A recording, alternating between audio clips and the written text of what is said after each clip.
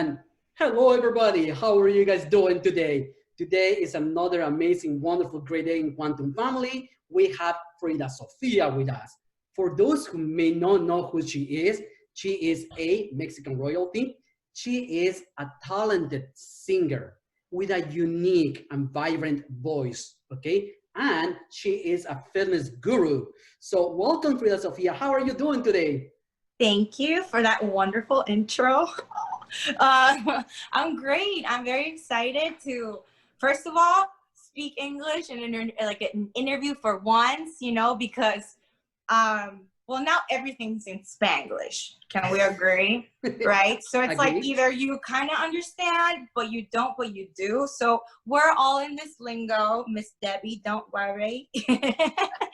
And yeah, no, but I'm very excited to share, you know, a lot of the things that I've studied, that I've learned and experienced and taught, because it really, it's not just fitness or the losing weight thing. You know, everybody's like, I want to lose weight, I don't want to lose weight, or I want to look better. But I'm here to explain how it works, because it works so differently for each and one of us. It's not just a general thing. Well, also, what we're looking forward to learn from you, and let me introduce also our co-host, you know, Debbie Dimaggio, who is a real estate professional, and she works from Beverly Hills to San Francisco area. I know because we work together. She's a philanthropist, she's an author, and she has her newest book, Beauty at Any Age, coming out soon. Wonderful book. So Debbie, please tell us more about you, your book, and where can we get it? Hi, welcome everyone. So excited to have Frida on the show today. Feel very honored.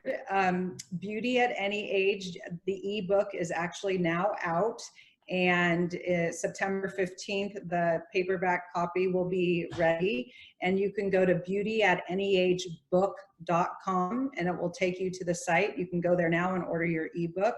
And it's about health and beauty and fitness and abundance and gratitude and just living a really great life, healthy and just beautifully and in kindness. And I'm really excited that it's coming out. It's actually dedicated to my mother-in-law who turned 90 this year. Oh, wow. Woo! Beauty at any age. Hello. Exactly. Yeah, because beauty is an attitude. I learned that from your book. And also, let me welcome Dani Penalosa, who is a singer. She's also an author. She has written a book about motherhood, which even I read. A lot of good information on it. So, Dani, how are you doing today? Hello, Quantum family. Hello, Frida. I'm very happy that you are here with us today to share your knowledge about the world of fitness.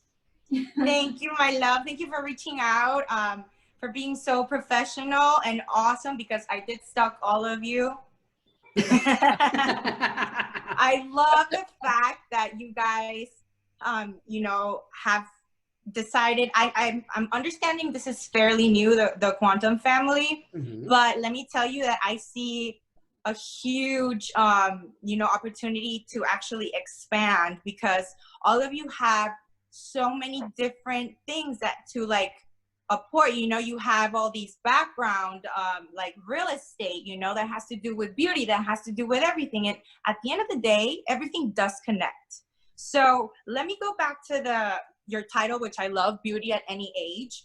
You know, a lot of people, the main question they ask me when they want to get, you know, fit, or they want to start this lifestyle, they're like, okay, but I am whatever. Age is a factor that does not matter within the assessment of it all. Within fitness, nutrition, age is the last, or it's a non-risk component. So that's awesome that you have that book, and you too. I'm like, you know, I want to write a book. I admire people that have books, because it's not just writing down stuff, you know, it takes a lot of background search, it takes a lot of networking, etc. So it takes a lot of business, and you have to be very, you know, entrepreneurial to like go and do it too. So ask away, babies. Let's do this. I love you already. Perfect. Awesome. Come on, Dani, go ahead. Get started with this. I would like to start with the myths around fitness, especially for women. as many girls assume that working out means having a muscular body, such as Sylvester Stallone or Arnold Schwarzenegger, you know. Therefore, some women get scared of lifting and do not give themselves the opportunity to try it. Can you please tell us, as a person who works out as a lifestyle, what can a woman really achieve through lifting? Sorry. Okay, so yes, I totally get it. Trust me, I've had to explain this 1,000 times because you see guys, you know, at the gym, and most of them can't even lift. They're like, I'm like, stop. Yeah, stop that. But no, you're right. Totally. Yes. The main thing, okay, about women and weights is the fact that no, you're not gonna bulk up. Now, everybody has a different idea or, you know, perspective of what bulky is. Because if you talk to a personal trainer, that's a guy that's fairly bulky, you know, he might be like, that's not bulky. But to a girl, it's very different. Now, there's a humongous difference in the amount of testosterone that a woman's body produces compared to that of a man, right? Testosterone is the hormone that gives us and helps us build protein, okay? So it's lean muscle. And lean muscle weighs way more than fat. So that is a huge misconception.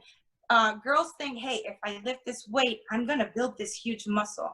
No, sweets, Max Sweetest. What you're going to do is burn that fat and then replace it for muscle. So that's why I'm like, throw your scale away, girl. You know, it's just gonna straight up put you down. And I understand because I had clients that tell me, you know what, I spent 5 years on a treadmill, like, and I could never do 20 minutes on a treadmill. I'm telling you, like, how boring, first of all.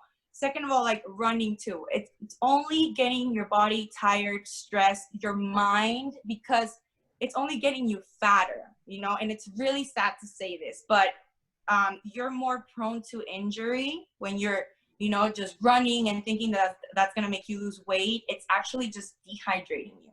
And what you want is cardio, right? So for example, resistance training, which is using weights, that is going to elevate your cardiac rate because it just does. You're making an effort. Therefore, those will be elevated. And instead of actually running all day, you know, I'm sure you've seen a lot of marathon or a lot of runners that they're kind of like skinny fat, I would call it, because you need carbs. A lot of girls don't need carbs. They're like, no, this is it. The first thing they do, cut out the carbs, right?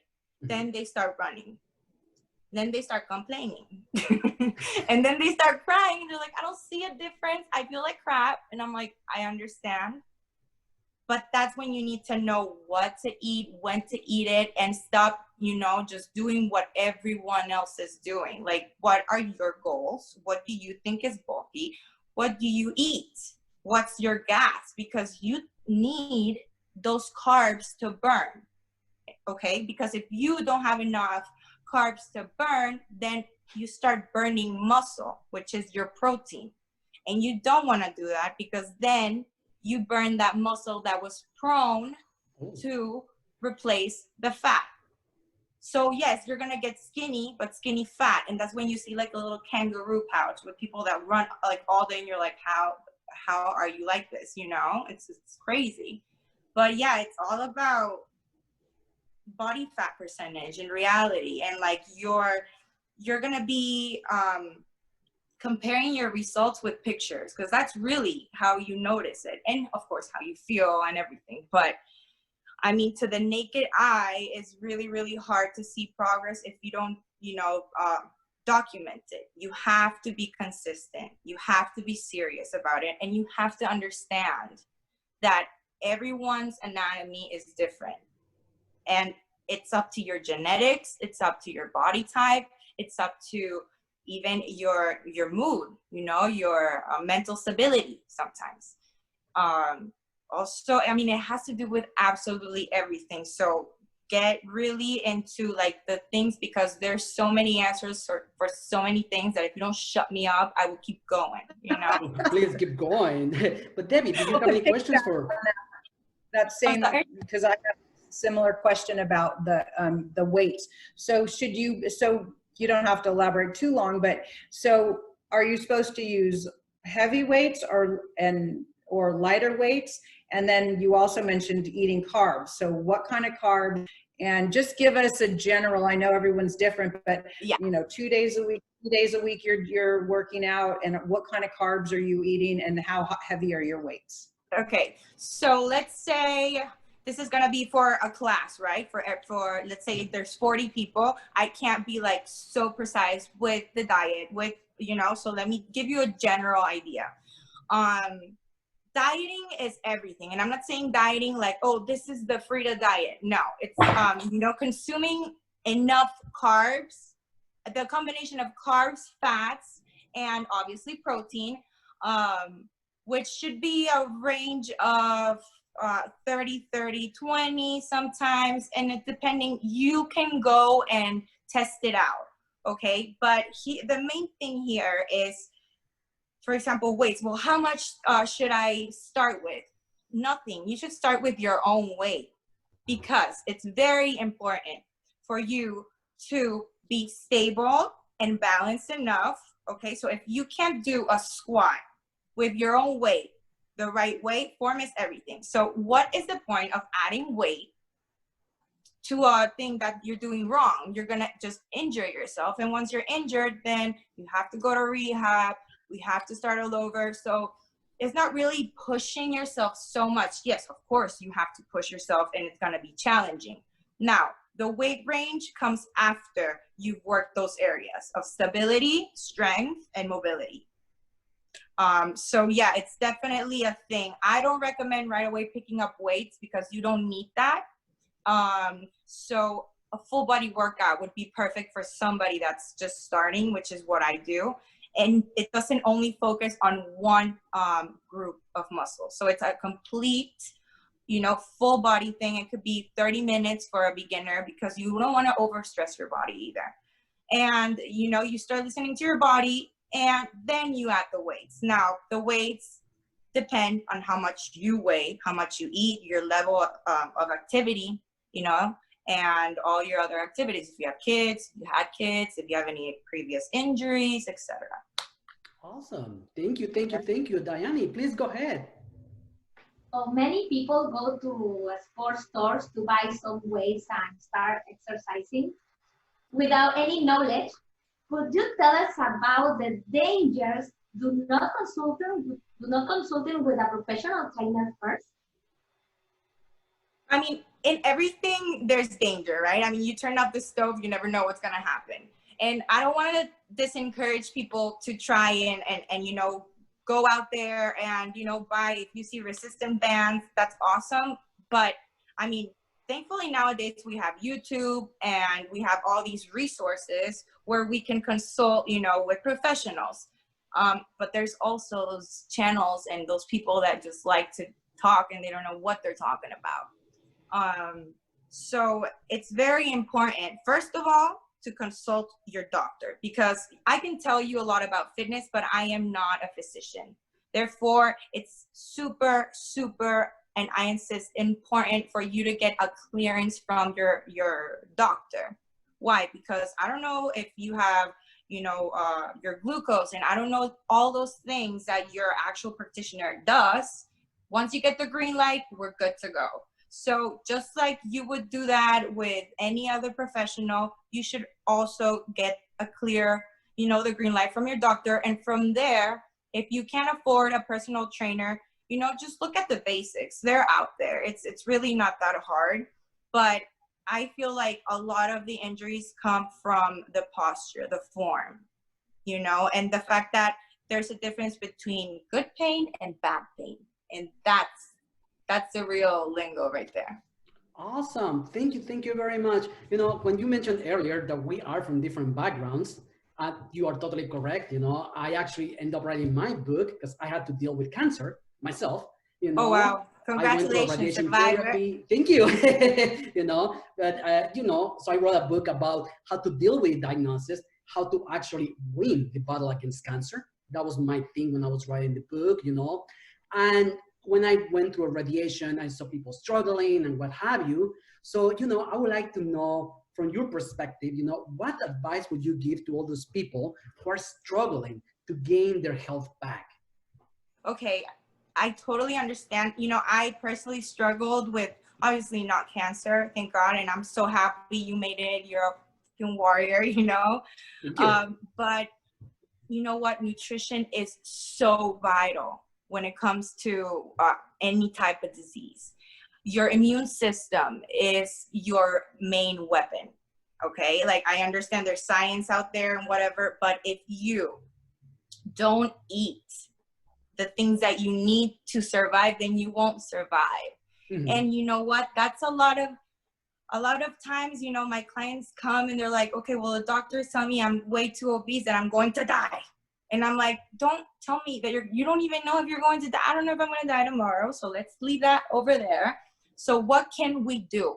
Okay, first of all, the psychological part, right? Because Yes. once you're told you have something like cancer, the last thing you want to do is, oh, I'm going to eat healthy. Oh, I'm going to go work out. Like, let's get real, you know? Mm-hmm. You're like, shit, like I have this thing that might take my life. Exactly. So number one, stress hormone. We don't need that. We Okay. do not need one. Exactly. So anything that comes from nature, anything that can detox that, because your thoughts become your bile, you know, and Mm-hmm. you know, you start becoming ill in every single way you can if you let it. So super important to boost your immune system, number one. Mm-hmm. So anything from, obviously, you know, the typical immune system shot, which is ginger, honey, lime, cayenne pepper. Now, these can also irritate your stomach. So it's really important to see what type of cancer you're dealing with, because if you have colon cancer, it's not okay for you to be, you know, just taking that shot of ginger. It's very highly acidic, etc. Yeah. But for example, verduras, how we say it, you need vegetables. That's when you need the most protein, and not necessarily animal protein. A lot of people keep on with the animal protein, and I'm sick of it. Like, Yes. Are we you, girl? no,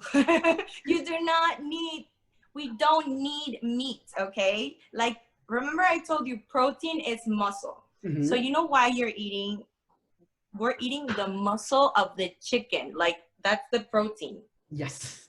You get it? Oh, I totally get it. I became vegetarian in the process. I get it. I'm a pescatarian because I just, you know, I love seafood. And it's not as like harsh, you know, as all the other, and it's not just like it's just mass production and all these things that they have now, and all these things that they put into the meat and into these animals that are not even like grown into animals anymore. You know, there's like, what is this really, a chicken, or is it like half a chicken? I don't even know what it is anymore. And those are the things that have the hormones, you know, the estrogen. That's why people or men develop gynecomastia, because they're like, how the hell do I have boobs now? What? And it's like, it's your chicken, mister. It's your chicken giving you the boobs.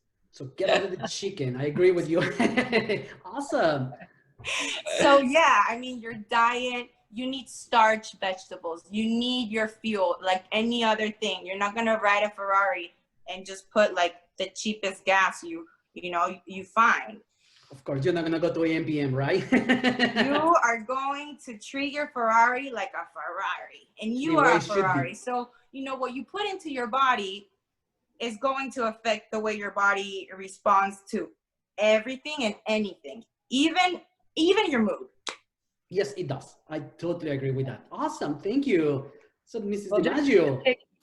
To piggyback on that, I had a surgery yesterday, and you don't have to have, I've had cancer too. I actually had thyroid cancer years ago, but I had surgery yesterday, and it was not planned. And so you have to eat healthy. all the time, not just all of a sudden you get cancer and then people change to start eating healthy at that point.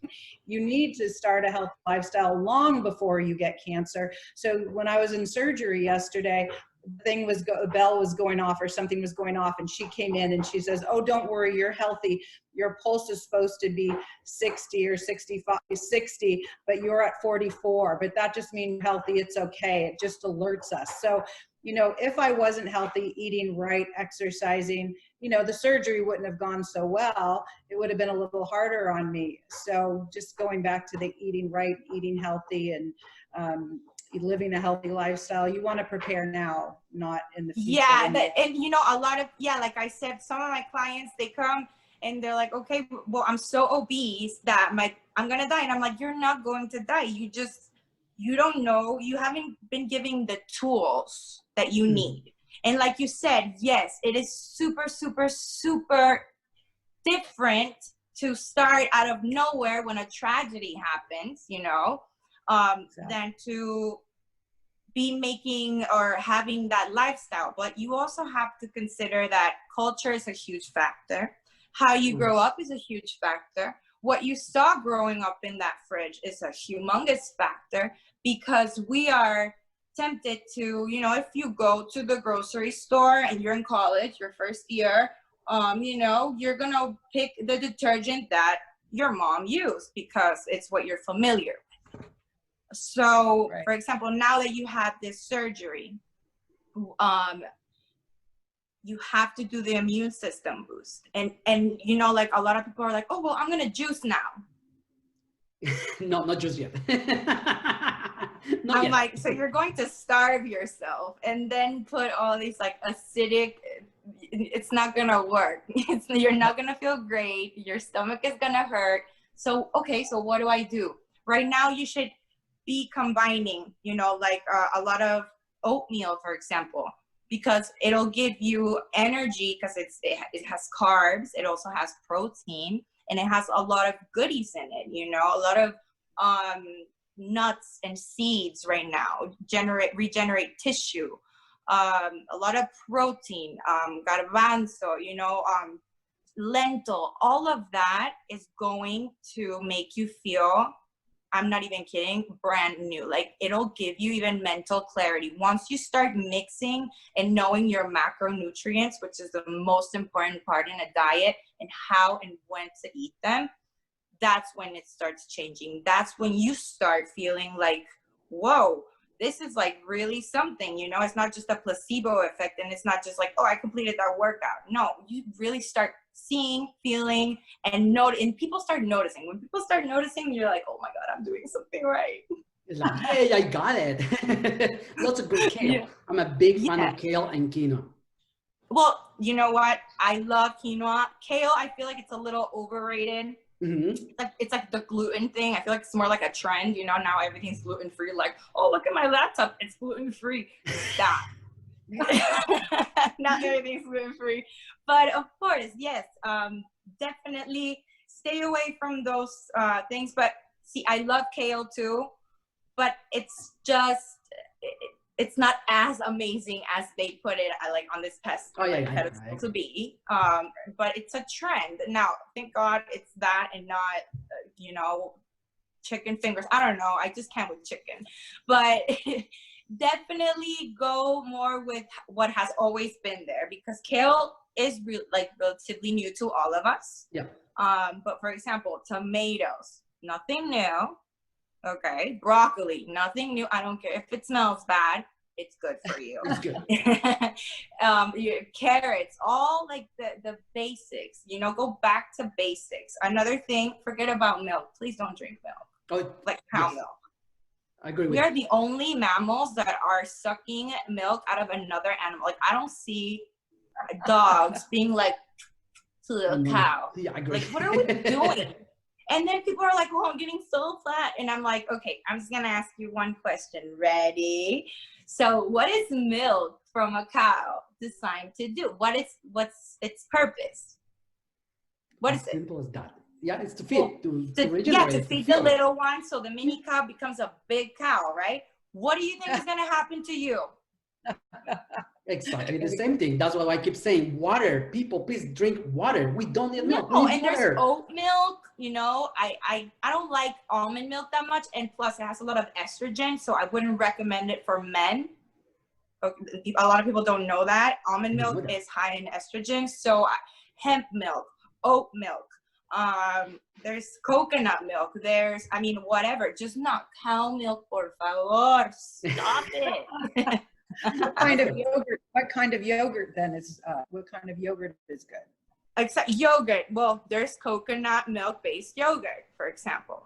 Yeah. Now, I understand there's a lot of good bacteria, as in probiotics, because that's how they sell you yogurt nowadays. But there's also non-dairy yogurt out there. It doesn't taste the same, but it just can't, because if you think about it, it's like concentrated milk. Yeah, I agree with that. Okay. But I love cheese. I gotta confess. I'm going to go steer away from the health. No, it's still healthy. It might not be as healthy, but you're also a singer, so you have to look your best. And if you might be going to a big gala or some photo shoot or something. So what is the best exercise and diet if you have an event, say it's Friday and you have another event, you have an event coming the following Friday? Okay, the worst thing to do is stress, obviously, right? Because if you're like, oh my God, I'm not in shape, what am I gonna do? Get a tan. Number one tip. I know this isn't like healthy or whatever, but girl, get your tan on. It's going to diminish all those things we don't want seen. So to get in shape quickly, there's no such thing. I would be a liar to tell you that. But water, okay? If it's a week away, girl, down those gallons of water, okay? Yes. Second of all, don't starve yourself until the day off. A lot of girls, a lot of us, including myself, I'm like, well, maybe I should eat before the, no. Because then that's what happens. I read in one of the,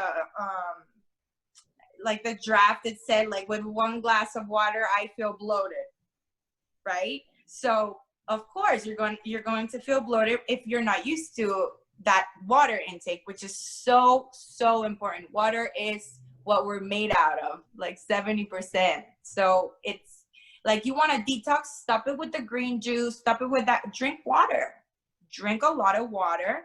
Also, if you have like a gala, I mean, in that case, I would recommend water pills, you know, that you can take, but they're not the healthiest thing. But it would just be for an emergency. Like, you know, but there's no such thing as like, okay, go on the treadmill 2 hours and you'll be better tomorrow. No, especially when you're stressed and it's so close to the date, you know, because it's happened to me actually for my Playboy, imagine. And then I got my period. I got my period right before. I was like, oh. But they say eating protein, only protein, I've heard. Yes, a lot of the times, you know, it's really good to have a plant-based protein that takes your appetite or, you know, away. And I have, right now, I'm using the Modere protein, which is awesome because it legit feels like you had a full meal.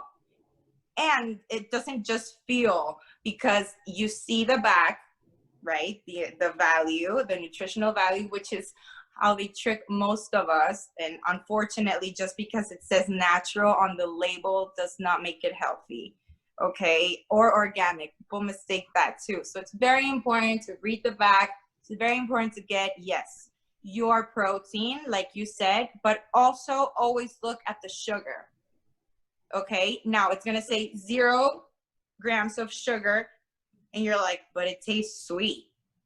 How? Sucralose, Mr. Liars. So sucralose is venom. It's like rat poison. And that's what they use to replace the sugar. But at the end of the day, sugar isn't really that bad for you. It's another myth out there. You know, as long as you consume less than 9 grams per thing. So if you eat yogurt, Debbie, you know, like all you have to make sure is that in the back, if you're going to stick with the Greek yogurt, that's fine. You know, it's fine. You're not going to die. You're not going to become a cow either, but make sure that the sugar is less than 9 grams. That's it. 9.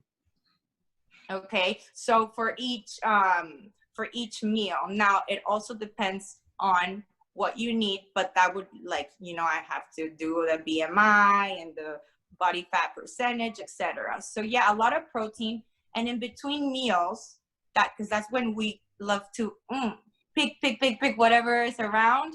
Make sure that you have, if you like to snack, go and get healthy snacks. Like, stop avoiding it, you know, because you know you're gonna get that snack time craving. So when you do, make sure that you have something, but not, and don't buy what you know you're gonna eat no matter what, you know, like that crave. Like for me, it's like these cookies, like, and I try not to buy them, but sometimes I buy them, and when I buy them, I eat them. So it's the same thing. It's just forming a habit out of it. Awesome. Well, thank you very much. You know, I personally also believe that mindset is key. It's key to achieve actually everything and anything, especially working out, especially singing. Anyway, what is Frida Sofía mindset when she's about to work out, or when she's just ready to go in that scenario and sing her ass off? Well, you know, I'm a very controversial person. So a lot of times I have dealt with my insecurities. I started working out because my ex-boyfriend left me. So I was like, okay, so I cried, didn't help. You know, I ate ice cream, didn't help. So I was like, you know what? I'm going to make him miss me. Like, I'm going to get so hot that he's going to come crawling back to me. And he did. So I signed up to the gym, and I'm like, well, if I'm paying for the gym, I'm going to go, because it's an investment. It's going to hurt you to, you know, you don't use the gym, then, but it's also very intimidating. And I get it, for a lot of women to go and start at the gym. So that mindset, for example, the fear of failing, the fear of looking weak, the fear of, get rid of that. You know, whether you are the fittest, they're still going to go and laugh at you. I mean, I can't sit here and tell you, hey, you're going to look great. Don't worry about what they say, because you are going to worry, because you are going to stress. But I'm going to promise you one thing. You are not going to regret a workout. Like, I've never, ever met anybody who's like, oh, I regret that workout so much. No, you're going to go and you're going to feel good. And once you face the beast, I call it, because it's fear. And it really is, you know, you're self-conscious. You're like, I'm going to run here, or I'm going to do this, and I'm going to flap around. Like, yeah, so does everybody else. You know, and that's when you have to grab your identity, and you have to say, I'm doing this for me. Like, I'm not doing this to please other people. I want to be okay. I want to love myself. And also, don't do it for the looks. I mean, yes, you're going to look great. But if you do it to be healthy, the outcome is going to be 30 times better. Yeah.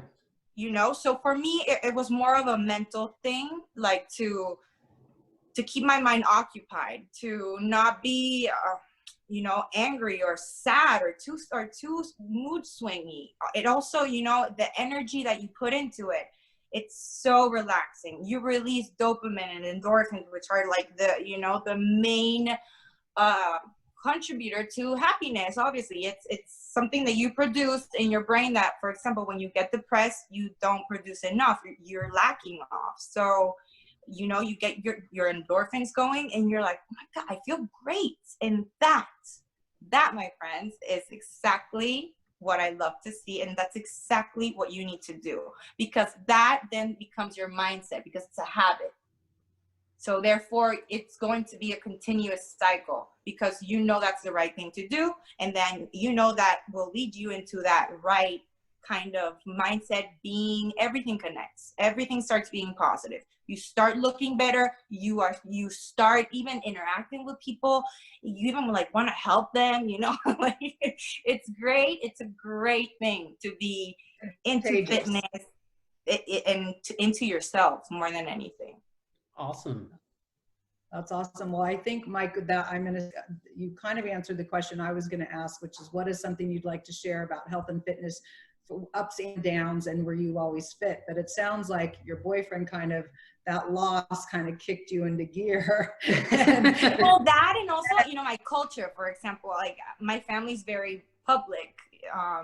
So, and, you know, like I come from this dynasty and it's La Spinal, and my grandma is gorgeous. You know, she was always known for this perfect body and so on and so on with like the generations. So I actually went to boarding school, which taught me great English, but gave me the worst diet plan in the world because everything was fried. I'm telling you, like, everything was fried. So then, you know, I find myself 12 years old going to back to Mexico to Christmas, and my grandma said it kind of kidding, but you know, it broke my entire like heart. And she's like, "No pareces espinal, pareces puerco. You don't look like a espinal. You look like a pig." And I was like, "Oh," you know. So from then on, I was like, I'm going to the gym. So I would be in the gym like, "You're a pinal, you're a pinal." Oh my gosh. So yeah, it became kind of an obsession, which is also one thing that is very important for me to touch upon the subject, because it can really affect you, and you don't have to overdo anything, nothing. So this is for every girl out there, every guy out there, like, don't kill yourself, because then how are you going to go on to the next level? And no one was born an expert, you know? You have to get there. You have to struggle. So if you're not willing to let go of that fear, then stay home and sit, because if you're just going to go to the gym and be like this, like, oh my God, you're just going to injure yourself, you know? And it's something, it's taking that extra step and being like, okay, well, you know, right now I might not look like I want to, but you have to make that effort. Like, that's why it's so hard jumping into this lifestyle, because it's embarrassing sometimes, because maybe you don't feel like you're healthy enough or good looking enough sometimes, you know, like, or tan enough. I mean, look at me. I'm so white. I don't even want to go to the gym right now. Look tanner than you. So, you know, it's just a thing. It's here, and it's a lot of the society part of it, and all these commercials we see, and all this marketing. It's a huge part of how we feel.